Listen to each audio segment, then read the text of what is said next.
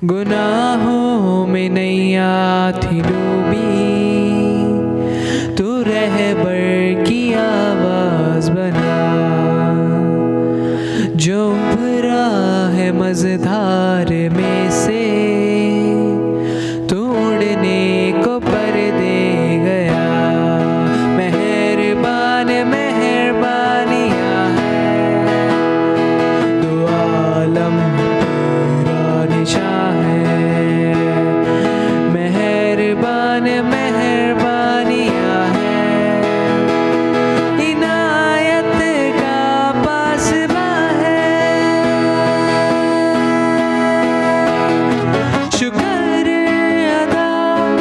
शुक्र अदा करूं मैं कैसे बता,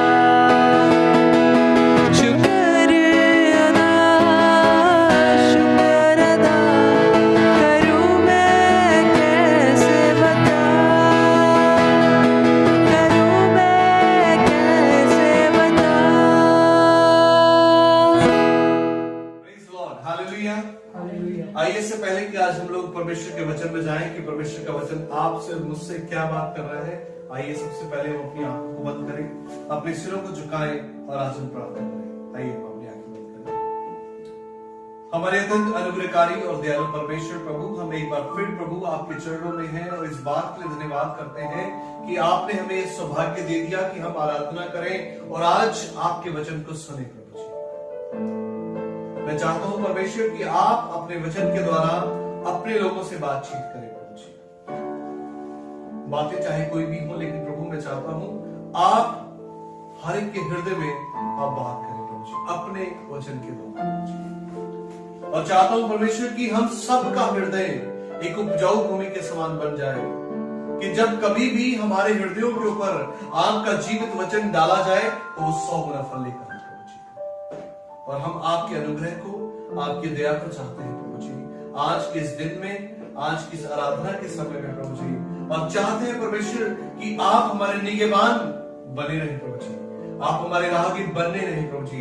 हमें कैसे चलना है, मसीह में कैसे बढ़ना है प्रभु, आप हमें सिखाते रहे।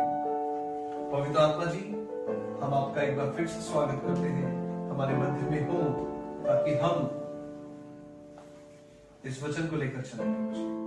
और हम आपकी उपस्थिति को चाहते हैं कि आप हमारे साथ बने रहें प्रभु जी। जीवन भर प्रभु हम चाहेंगे ये कि आप हमारे साथ बने रहें। हम धन्यवाद करते हैं, सारी महिमा सारा आदर प्रभु हम आपको देते हैं, प्रभु यीशु मसीह के नाम से मांगते हैं, आमीन आमीन हालेलुया। आइए आज मैं आप लोगों के साथ एक बहुत ही महत्वपूर्ण विषय पर बात करने के लिए आया हूं कि हम कैसा रिएक्ट करते हैं अगर हम जब किसी ऐसे धर्मी मनुष्य को पाप में गिरा हुआ देखते हैं। हालेलुया। कि हम कैसे रिएक्ट करते हैं या हमारा नजरिया कैसा होता है ये देखने का कि जब कोई व्यक्ति गुनाह में गिरा हो। बाइबल में एक बहुत अच्छी स्टोरी है, मतलब स्टोरी नहीं है, यीशु मसीह ने एक दृष्टांत ऐसा करके बताया कि एक बार एक मनुष्य यरूशलेम से यरीहो को जा रहा था। हालेलुया। एक व्यक्ति यरूशलेम से यरीहो की ओर जा रहा है और बाइबल इस बात को बताती है कि डाकू ने उसको मारा, कूटा और अधमरा कर छोड़कर चले गए। और जब वो अधमरा होकर पड़ा हुआ था, जब वो व्यक्ति वहां बेसुध होकर गिरा हुआ था, तो बाइबल इस बात को बताते हैं कि वहां से एक याजक निकल रहा था। याजक निकल रहा था, उसने उस मनुष्य को देखा और कतराकर चला गया, ये जानते हुए कि इसको डाकू ने मारा, कूटा और अधमरा करके छोड़कर चले गए हैं। और फिर उसी जगह से एक लेवी जा रहा था, लेवी ने भी इसको देखा और कतराकर चला गया। ये सब कुछ जानते हुए कि ये आदमी यरूशलेम से यरीहो को जा रहा था। आप जानते हो उन लोगों ने उसको क्यों छोड़ दिया? क्योंकि वो लोग ये बात जान गए थे कि ये व्यक्ति यरूशलेम को छोड़कर यरीहो की ओर जा रहा है। हालेलुया। मतलब यरूशलेम और यरीहो के विषय में मैं आपको छोटी सी बात एक दोबारा से बताना चाहता हूं। बहुत बार मैं कलीसिया में, चर्च में बता चुका हूं, लेकिन आज आपके सामने भी इस बात को बताना चाहता हूं कि यरूशलेम नगर जो है वो परमेश्वर के द्वारा आशीषित किया गया नगर है, और यरीहो नगर एक ऐसा नगर है कि जो परमेश्वर के द्वारा नाश किया गया नगर है। नॉर्मली लोग क्या करते हैं कि लोग यरीहो को छोड़कर यरूशलेम की ओर जाते हैं, कि अपने जीवन की गलत चीजों को छोड़कर परमेश्वर की ओर जा रहे हैं। हालेलुया। यरूशलेम जो है वो दिखाता है परमेश्वर की उपस्थिति को, परमेश्वर की अबंडेंस को, परमेश्वर की दया को, परमेश्वर के अनुग्रह को दिखाता है। लेकिन यरीहो दिखा रहा है कि एक पाप में डूबा हुआ एक नगर, एक गलत संगति, एक गलत आदतों से भरा हुआ एक नगर, ऐसा नगर दिखा रहा है। लोग यरीहो को छोड़कर यरूशलेम में जा रहे थे, लेकिन ये व्यक्ति यरूशलेम को छोड़कर यरीहो में जा रहा है। हालेलुया। और जब लोगों ने देखा कि ये व्यक्ति बैकस्लाइडेड है और पाप में गिरा हुआ है, ये जानकर उस याजक ने उसकी ओर देखकर कतराकर चला गया, कहा कि नहीं, ये आदमी तो गलत है, ये तो परमेश्वर को छोड़कर यरीहो में जा रहा है, गलत आदतों में जा रहा है, गलत परिस्थितियों में जा रहा है। आप और मैं कैसा रिएक्ट करते हैं कि जब हम किसी को पाप में गिरा हुआ देखते हैं, किसी ऐसे धर्मी जन को पाप में गिरा हुआ देखते हैं, या अपने कलीसिया के किसी मेंबर को हम लोग पाप में गिरा हुआ देखते हैं, तो हम क्या रिएक्शन देते हैं, हमारा क्या रिएक्शन होता है। हालेलुया। मैं आपको बताना चाहता हूं कि हमें क्या करना चाहिए। आमीन। हमें याजक की तरह नहीं करना है, हमें उस लेवी की तरह नहीं करना है, लेकिन हमें उस सामरी व्यक्ति की तरह करना है, ये जानते हुए कि वो गुनाह में है, गलतियों में है, पाप में है। इसके बावजूद हमें उसकी सहायता करनी है कि वो उस पाप से निकलकर बाहर आ जाए। लेकिन आज दुनिया में क्या हो रहा है, आज लोग क्या कर रहे हैं, ये जानकर कि हाँ फलां व्यक्ति जो है वो पाप पे गिर गया है, तो हम क्या करते हैं, हम और लोगों को बताना शुरू कर देते हैं। हम फोन करके बताना शुरू, अरे आप जानते हैं उसके विषय में जानते हैं, उस पास्टर के विषय में जानते हैं, उसके जीवन में ये सब चल रहा है। आइए मेरे साथ एक वचन को निकालिए जल्दी से, मत्ती रचित सुसमाचार उसका पहला अध्याय और उसकी 19वीं आयत एक बात को कहती है, और वो बात जो है वो मेरे दिल को छू गई है और मुझे बहुत अच्छी लगी है वो बात। मैं चाहता हूं आप लोग मेरे साथ पढ़े मत्ती रचित सुसमाचार उसका पहला अध्याय और उसकी 19वीं आयत। अतः उसके पति यूसुफ ने, जो धर्मी था, उसे बदनाम करना नहीं चाहता था, उसे चुपके से त्याग देने का विचार किया।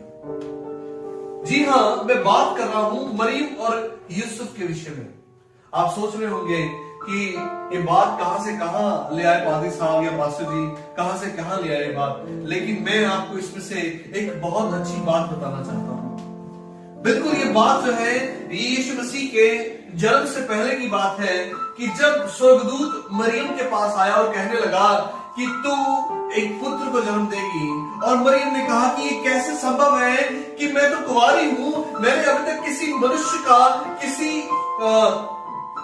जिसको कहते हैं किसी भी आदमी का चेहरा मैंने उस तरह से नहीं देखा है, मैं किसी के साथ सोई नहीं हूं, तो मैं कैसे गर्भवती हो सकती हूँ, मेरी तो भी शादी नहीं हुई है। और बाइबल इस बात को बताती है कि उस मरियम की मंगनी जो है वो यूसुफ के साथ तय की गई थी। और जब यूसुफ को पता चला कि उसकी होने वाली पत्नी पहले से ही गर्भवती है, तो उसने क्या किया, he talked with his parents। उसने अपने पेरेंट्स से बात की, अपने फ्रेंड्स को बताया, कैसे ही नहीं बताया, ऐसा नहीं है ना। उसने अपने पेरेंट्स से बात नहीं की, उसने अपने फ्रेंड्स से बात नहीं की, उसने अपने क्लीग से बात नहीं की, उसने अपने पड़ोसियों से बात नहीं की, उसने मरियम के पिता से भी जाकर बात नहीं की, उसकी माता से बात नहीं की, किसी को बुलाकर इकट्ठा नहीं किया, किसी को जाकर चिल्लाना नहीं शुरू किया। और बाइबल इस बात को बताती है, अतः उसके पति यूसुफ जो धर्मी था, और कहता है कि वो बदनाम नहीं करना चाहता। अगर आप ध्यान से बाइबल में पढ़ें तो बहुत कम लोगों के सामने ही एक वर्ड दिया गया है कि वो धर्मी मनुष्य था। और ये यूसुफ के बारे में ऐसा लिखा है कि यूसुफ जो है वो धर्मी मनुष्य था। अगर आप और मैं आत्मिक हैं, अगर आप और मैं परमेश्वर के, यीशु मसीह के सच्चे फॉलोअर्स हैं, या हम आप और मैं यीशु मसीह पर संपूर्ण रीति से, सही रीति से विश्वास करते हैं, तो हम कभी भी किसी भी ऐसे व्यक्ति को जो पाप में गिरा है, हमसे बदनाम नहीं करेंगे। This is the real Christianity life, Christian life. वो क्रिश्चियन लाइफ नहीं है कि हमने किसी को पाप में देखा और हम उसको बदनाम कर रहे हैं, उसकी बातें कर रहे हैं, इधर उधर उसके बारे में बोल रहे हैं। लेकिन हमें जरूरी है कि हम उसके घाव के ऊपर, आप नहीं जानते, मैं नहीं जानता कि वो आदमी या वो कोई भी व्यक्ति हो सकता है, वो किन परिस्थितियों में गलतियों को कर बैठा है। लेकिन अब जिम्मेवारी आपकी और मेरी है कि हम उस व्यक्ति के, उस पाप की दरारों में खड़े हो जाएं, जैसे यीशु मसीह आपके और मेरे पाप की दरारों में खड़ा हो गया। हालेलुया। जैसे यीशु मसीह आपके और मेरे लिए परमेश्वर के सामने मध्यस्थ बन गया, उसी तरह आप और मैं भी ऐसे मनुष्य के लिए जो पाप में गिर गया है, हम एक मध्यस्थता बना लें। शायद वो व्यक्ति अभी प्रार्थना करने की परिस्थिति में ना हो, शायद वो व्यक्ति अभी उपवास करने की परिस्थिति में ना हो, शायद वो व्यक्ति अब परमेश्वर पर विश्वास करने की परिस्थिति में ना हो, लेकिन आप और मैं उस परिस्थिति में है कि हम उनकी पाप की दरारों में खड़े हो जाएं और परमेश्वर से प्रार्थना करें और कहें कि प्रभु इसके जीवन में आप बदलाव को ले आए। ये है सच्चा प्यार, ये है जीवित कलीसिया। This is the real love, कि हम उसके जो घिरे हुए लोग हैं उनको भी उठाएं। हालेलुया। परमेश्वर ने हमें अपना वचन दिया इसलिए नहीं कि हम एक दूसरे से वाद विवाद करें, एक दूसरे पर दोष लगाएं। मैं बहुत सी बार फेसबुक पर ऐसे बहुत से लोगों को देखता हूं कि जो छोटी छोटी बातों के ऊपर लोगों के ऊपर दोष लगाना शुरू कर देते हैं। बाइबल इस बात को बताती है, मत्ती रचित सुसमाचार 7 अध्याय 1 से लेकर 7वीं आयत तक इस तरह से बताती है, 1 से लेकर 5वीं आयत तक 7 अध्याय। यहां पर लिखा है, दोष मत लगाओ तो तुम पर भी दोष नहीं लगाया जाएगा। हालेलुया। परमेश्वर ने आप और मुझको दोष लगाने के लिए नहीं चुना है। हालेलुया। हमें दोष लगाने के लिए नहीं चुना गया, हमें किसी और की आंख में से लट्ठा निकालने के लिए नहीं चुना कि हम उसकी आंखों में अपना ना देखें लेकिन उनका देखें। जाहिर सी बात है, कहीं ना कहीं मैं भी गलत हूं, आप भी गलत हो सकते हैं। आप और मैं परफेक्ट नहीं है। ये बात सच है कि उनके पाप जाहिर हुए और हमारे पाप जाहिर नहीं हुए। नहीं तो ऐसा मनुष्य कोई भी नहीं है कि जो मसीह में आने के बावजूद भी पाप ना करता हो, गलतियां ना करता हो, नाफरमानी में जीवन ना जीता हो। हर व्यक्ति किसी ना किसी तरीके से पाप कर रहा है, गलतियां कर रहा है, परमेश्वर के विरोध में चल रहा है। फर्क सिर्फ इतना है, आपके और मेरे पाप जो हैं वो छिपे हुए हैं और शायद किसी के पाप जाहिर हो गए हैं। लेकिन हम लोगों ने क्या करना है? हमें ऐसे लोगों के लिए प्रार्थना करनी है, हमें ऐसे लोगों के लिए परमेश्वर के सामने अपने आप को घुटने टिकाने हैं कि प्रभु आप इनके जीवन में बदलाव को ले आए। मुझे बहुत अच्छी तरह याद है, बाइबल में एक जगह पर ऐसा लिखा है कि जो दाऊद है, दाऊद है, वो शाऊल जब दाऊद का पीछा कर रहा था तो कई बार ऐसा हुआ कि शाऊल जो दाऊद जो था वो शाऊल को मार सकता था। आप जानते हैं, बाइबल सकते हैं पुराने नियम में कि जो दाऊद था वो शाऊल को मार सकता था। बल्कि एक बार तो ऐसा हो गया कि दाऊद और शाऊल आमने सामने थे और दाऊद निहत्था था, शाऊल जो था वो निहत्था था और दाऊद के हाथ में वो भाला था, वो तलवार थी। और दाऊद के दास ने कहा, हे दाऊद ऐसा भाला मार कि शाऊल में से होकर जमीन में घट जाए। लेकिन आप जानते हैं दाऊद ने क्या कहा? दाऊद ने कहा कि नहीं, ये परमेश्वर का अभिषिक्त है। ये परमेश्वर का अभिषिक्त है, अगर मैं इसको छूऊंगा तो परमेश्वर को छूऊंगा। मैं आपको आज बताना चाहता हूं कि कभी भी किसी भी पास्टर के विरोध में ना बोले, कभी भी किसी मसीह के विरोध में ना बोले। अगर आप चाहते हैं कि उसका जीवन सुधर जाए तो आपका काम है कि आप प्रार्थना करें, ना कि लोगों को जाकर बताएं, लोगों को जाकर सिखाएं कि नहीं वो ऐसा कर रहा है, ऐसा ऐसा है। आपका और मेरा काम है कि हम उनकी दरार में खड़े हो जाएं। आप और मैं न्याय करने वाले नहीं हैं इस पृथ्वी पर, तो बिल्कुल भी नहीं। हालेलुया। परमेश्वर ने आपको मुझको न्याय करने के लिए नहीं भेजा कि हम अपने दोस्तों का, हमारे कलीग्स का, हमारे फ्रेंड्स का हम लोग न्याय करें। जब हम किसी का न्याय करते हैं तो कहीं ना कहीं हम दिखा रहे हैं I am the superior than you, है ना? बट ऐसा नहीं है। हम भी कहीं ना कहीं गलतियों में गिरे हुए हैं, पाप में गिरे हुए हैं, जानबूझकर गिरे हुए हैं, अनजाने में गिरे हुए हैं। लेकिन मैं आज आपको इस बात से उत्साहित करना चाहता हूं कि हम ऐसे लोगों की दरार में खड़े हो जाएं, परमेश्वर के सामने उन लोगों को ले आए कि प्रभु हम चाहते हैं कि आप इन लोगों को क्षमा करें।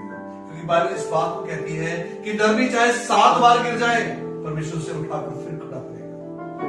यू नेवर नो कि परमेश्वर उसे कैसे इस्तेमाल करेगा, लेकिन आपकी प्रार्थनाएं उसको दोबारा खड़ा कर सकती हैं। आपकी प्रार्थनाएं उसके जीवन को बदल सकती हैं। आपके किए हुए उनके लिए उपवास उसके जीवन में बदलाव को ला सकते हैं। आपके द्वारा की गई प्रार्थनाएं उसके जीवन को संपूर्ण रीति से बदल सकती हैं। लेकिन आपके द्वारा की गई चुगली उसके जीवन को नाश कर सकती है, बिगाड़ सकती है। हो सकता है कि आप किसी के बारे में बोल रहे हो और वो व्यक्ति अपने आप को नुकसान पहुंचा पाए।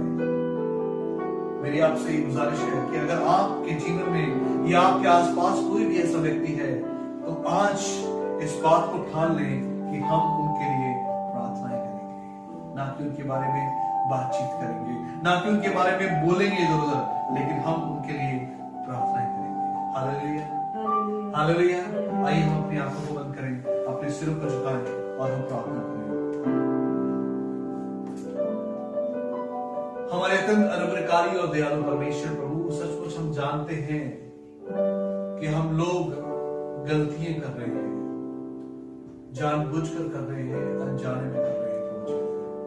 और ऐसे ही मेरे और भी भाई बहन हैं कि जो गलतियां कर रहे हैं, जानबूझकर कर रहे हैं, अनजाने में कर रहे हैं। प्रभु हम सब मिलकर प्रभु जी आइए अपने हाथों को खड़ा करें, अपने सिरों को झुकाएं, प्रार्थना करें इन लोगों के लिए कि प्रभु हम सब मिलकर प्रभु जी और लोगों के लिए प्रभु आपके सम्मुख अपने घुटनों को टिकाते हैं प्रभु जी, अपने हाथों को उठाते हैं प्रभु जी और चाहते हैं प्रभु कि आप उन्हें इस जीवन से आजाद करें प्रभु जी, उनके जीवन को बदले प्रभु जी। जैसे आपने शाऊल के जीवन को बदला परमेश्वर, उनके जीवन को बदल दे परमेश्वर। हाँ प्रभु, आपने सिर्फ मेरे आज के पापों के लिए नहीं, लेकिन जो पाप मैं कर चुका था, जो कर रहा हूं और जो मैं करूंगा, उन सब के लिए आपने लोगों को बहाया प्रभु जी। आपका अनुग्रह प्रभु जी तेरे सब लोगों पर हो जाए प्रभु जी। मैं धन्यवाद करता हूं, थैंक यू जीसस। धन्यवाद करते हैं प्रभु जी, आप सब पर अपना अनुग्रह बनाए प्रभु जी और सब पर अपने प्रेम को जाहिर करें प्रभु। मैं धन्यवाद करता हूं, जैसे आपने हमारे अपराधों को क्षमा किया प्रभु जी, हम भी औरों के अपराधों को क्षमा कर पाए प्रभु जी। प्रभु हम चाहते हैं कि हम औरों के अपराधों को क्षमा कर पाए, उन्हें छुपा पाए, उनके लिए प्रार्थना कर पाए। हम पर अनुग्रह करें, हम पर दया करें। मैं धन्यवाद करता हूं, सारी महिमा सारा आदर मसीह के नाम से मांगते हैं। आमीन। सब लोग जोर से कहें आमीन। आमीन।